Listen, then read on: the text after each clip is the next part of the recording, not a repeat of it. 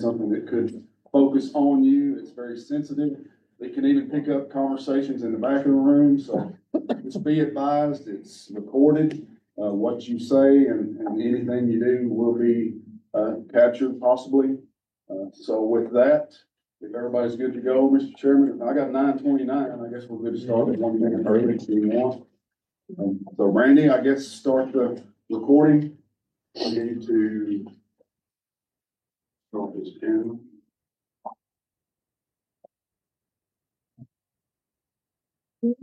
Recording in progress. Okay, we're going to declare the meeting in order, and I think the first thing we need to do is introduce ourselves and tell what you do if you start with. Okay, I'm Matt Miles from DeShay County, plant board member representing soybean farm. Sammy Angel, Chico County, representing seed. George Dunklin, Arkansas County, representing pesticide. And Travis Center, Mississippi County, representing farmers at large.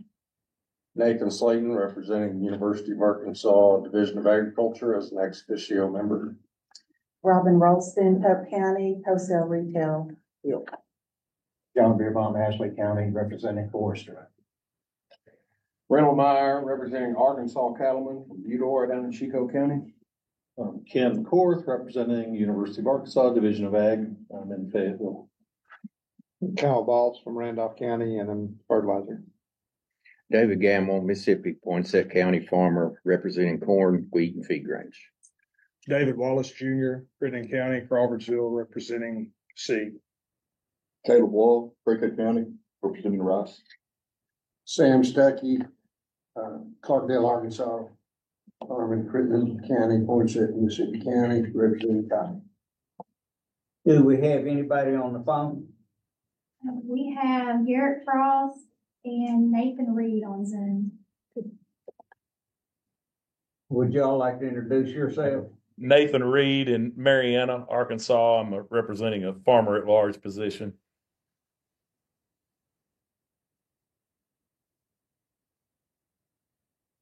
Is that it? And this is Garrett Frost, Marianna, Arkansas, representing aerial application. All right, I'm acting chairman today, Bruce Alford. I'm from Lafayette County and I represent forage.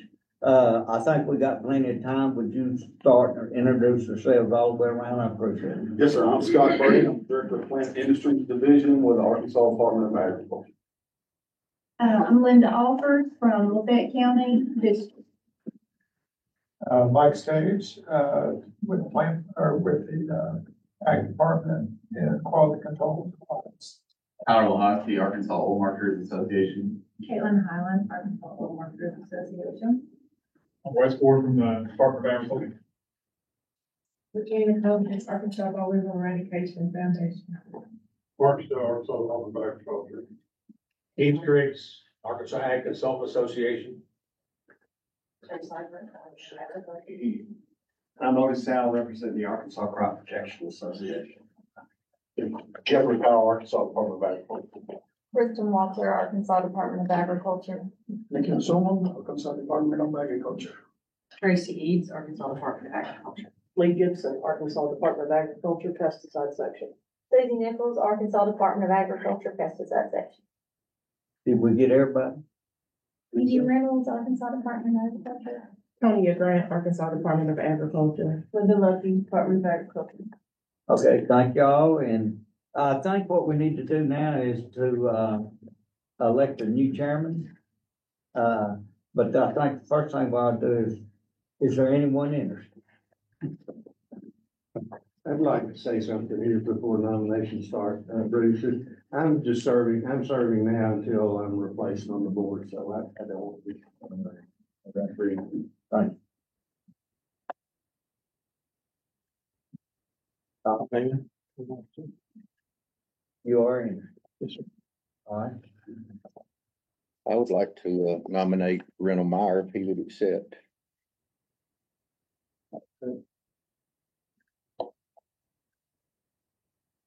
I move nomination cease and let by acclamation. Second. Got a motion and a second. Is there any more discussion? Could you repeat the motion, please? The motion that Reynolds is, he got nominated to run as chairman. He got second. Okay.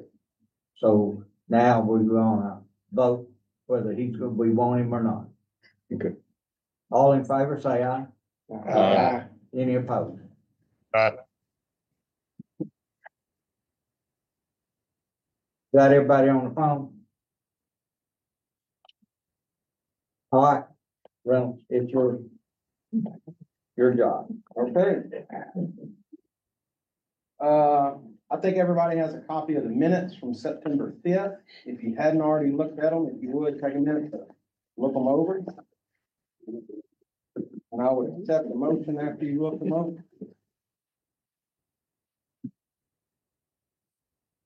Oh, wait, we're not through with nominations. Oh, We got the rest of them here. okay. We got to have a vice chair and a secretary.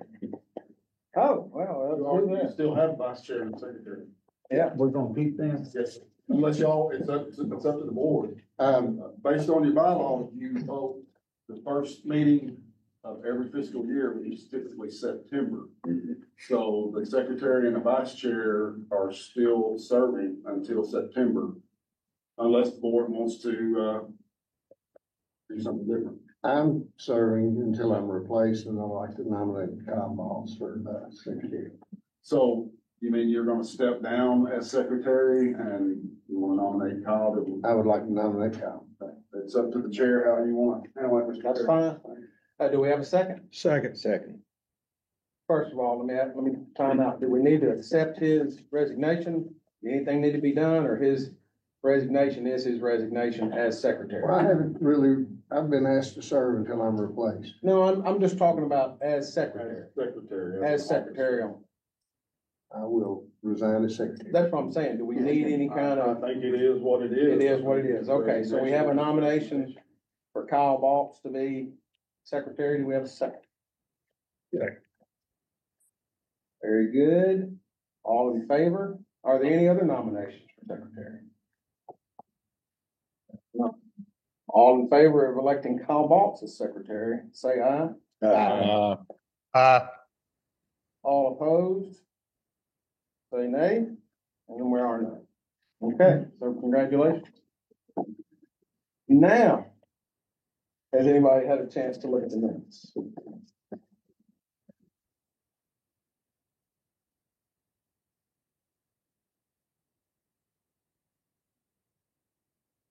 That thing was presented. Second. We got a motion and a second. All in favor of accepting the minutes as is, say aye. Aye. All opposed? Aye. Okay, the ayes have it. Mr. Scott Bray is gonna give us an update. All right. Does everybody want to move to your new position at the table? Yeah. No, we're fine where we are right now. Are you sure? This end of the table doesn't get any attention. I want to make sure Miss Linda gets some attention down here.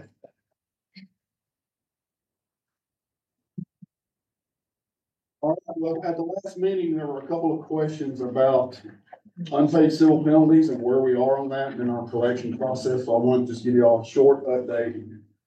This has typically been an issue historically for the planning board. We've struggled going way back as far as how we collect unpaid civil penalties. If I remember correctly, in 2019 or 2020, we went through the procurement process to get a law firm on board to serve as our collector. And they did that for a percentage of everything they were able to collect. And I think it was somewhere around maybe 20% that they got when they collected. Sometime in the last year or so, they've gone dark on us. We also had a transition from attorneys in the department, and the attorneys, the previous attorney group, were managing that for us. And anyway, when we transitioned to our new attorneys, they started making contact with this law firm, and they just won't respond. So I had no explanation as to why they just gone dark on us, for lack of a better word. So we've had to initiate the process over, and it is a procurement process. We've gone through a governor review and approval, and AG's office review and approval, And now we are in the process of procurement. We're developing the RFQ today as we speak. When it is approved, it'll go out for, I think, 30 days. And then a department in-house committee will review and score the RFQ recipients, and then we'll choose a new law firm, and then we'll get back in motion with collections. Where we stand right now, we have several programs that issue civil penalties or penalties in general. We have our fertilizer and our hemp and our seed program, and they're all fully collected. We really don't have an issue with those programs. Our pest control program, it's fully collected. There's nothing outstanding there, but we do have outstanding penalties in our Bureau of Standards program and our agricultural pesticide program. Today, I'm looking at numbers from 2017 through now, actually. And the Bureau, they are about 80% collected. They have 105,000 past due and about 612,000 that have been collected through that time period. The pesticide section, they're about a little over 50% collected. So in that pesticide collection, we have about 247,000 that are past due and about 275 that have been collected. Once we get through the procurement process and we get the law firm back on board, we'll start collecting again. And I'm assuming it'll be a new law firm. Yes. I really don't know why they just quit on us. So. Scott, you're saying when past due, you're talking about back to 2017, some of these? Do you have a receivable, an aging report for us, or? I do not have that, yes. No, sir. Okay. But if you want more details, I can get that. I can get it. Well, so this has been going on for 7 years, not collecting money? Is that what you're saying? We went through a period where we were collecting, but everything past due during that collection process was not collected. So they weren't successfully collecting everything past due, but they were doing collecting for it. So there is still unpaid penalties that go back to 2017, yes. Are the penalties and interest to those late? No, sir, I don't think there's any interest involved. It's just simply collect what's owed or negotiate a collection. For instance, we had one that was for over $105,000. It was a dicamba, one of the first big dicamba cases we issued. And we ended up settling, collecting that for like, I think, $65,000. They filed bankruptcy and that law firm worked with them and we got what we could from that. So, we don't always 100% collect, but anything better than nothing, let them just set out there. So in this new setup we have, we're fairly new. Who oversees that? Is that the Department of Ag that's responsible for that, or is that this board? This is Department of Ag. Okay. Yeah. Previously, when we were working with the collection agency, we were doing that through our legal. Michael Bond was way hard for that. They were basically running. Okay, so it's not fiduciary responsibility of this board no. of collecting. Not as I understand it, no. Okay. Sir. We've either talked about it in here or at a Bureau of Standards committee meeting, but at least with the Bureau of Standards, I think I recall that one of the tough things is people will just change the company name associated with the station, and it's the same players, but they've changed company names. Is there any way we can tie it to a location so that they cannot subvert that? Or on the pesticide side, is there a way we can tie having a license or whatnot to being up to date with fines that gives it more teeth? So from the Bureau question, I don't think that would be possible to tie it to that location. And if I'm understanding your question right, and Nick, you might need to help me here, tying it to a location would be tying it to a specific store. Yeah. And I don't see how if that store changes ownership, we can hold the new owner responsible for a fee or a fine owed by the previous exiting owner. So I don't see that being an issue there. From the pesticide applicator standpoint, I do believe we have options against their license eligibility if they have outstanding penalties that they owe. For instance, we could probably opt to not renew that license. Our hold it up until they pay. So that would penetrate the LLC if they had the fines in the LLC's name, but the single member was the person, and the license is in the person's name. Is that what you're saying? I think so, yes, sir. Yeah. And I would certainly want to consult with legal before. Yeah, I understand. And back to this. It's just your opinion. Yes, sir. Is it possible, and I know you wouldn't do this for a $300 fine, but if there are large, at least Bureau of Standard fines, can we put a lien on a location so that when it does change hands, that is obvious to the new buyer that, hey, this has to get handled? That's a good question. I don't have an answer for that, but that might be something Nick's holding us. I think the only way we can recover some civil penalty, if they get 3 or 4 violations, is to put padlock on their pumps. Then they will pay. But I don't know legally I can do that. Right. But as far as the lien on that location, I'm not sure. That's probably a question for legal. I need to get an answer for. That may be your answer, is that if they have a certain number of violations, you tie it to their license and say, hey, you're not selling any more fuel until this is satisfied. And you're not gonna do it over $300. And as long as they're staying at that location, that is a tactic that we employ. We do use that, but it's gonna get difficult in my mind when someone sells a location and a new buyer comes in and buys it. So, yeah. Okay, sir. Question, and it may be is the license per location or per operator that may have 20 locations?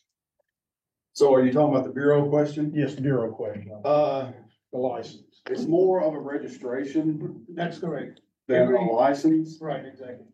So they are registered by the Bureau to do business essentially on behalf of the Bureau. Correct, Nick? Well, let me correct that. The businesses are not registered with us. They are using the commercial devices that we inspect and regulate. So if their commercial device is not in compliance, we issue them a violation. But we don't hold any license against Easy Mart or anything like that. There's no license there. So it just goes back to the individual's name, Or the LLC company, yeah. or the LLC. whoever registered the pump. The piece of equipment, it's called that.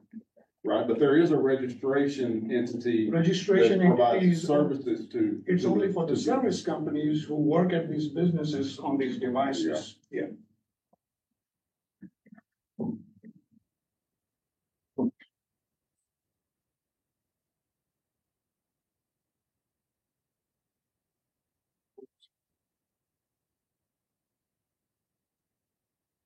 Sure, that's all I have. I'll be glad to get it for you when you go visit you. Thank you. Dr. Courts. Yes, I do. So the Pest Control Committee met on November 25th via Zoom. And the first item of business, you'll see the details of it in attachment A. But this was an informal resolution agreement for the pest control incidents that were presented to the committee by staff. And to give you a very brief overview, the Northwest Pest Management had major level violations for one registered agent making pesticide applications that were inconsistent with the product label and could have resulted in multiple human exposure events. And they agreed to an informal resolution of $3,600. We can try to provide more background if you want, but otherwise, the committee voted to present the resolution agreement to the full plant board for final approval. So I'd like to ask for a motion to approve the Pest Control Committee recommendation to accept the settlement agreement resolution. So moved. Second. Got a motion and a second. All those in favor of accepting the settlement agreement resolution, say aye. Aye. Any opposed? One opposed. Motion carried. So attachment B, which you should have,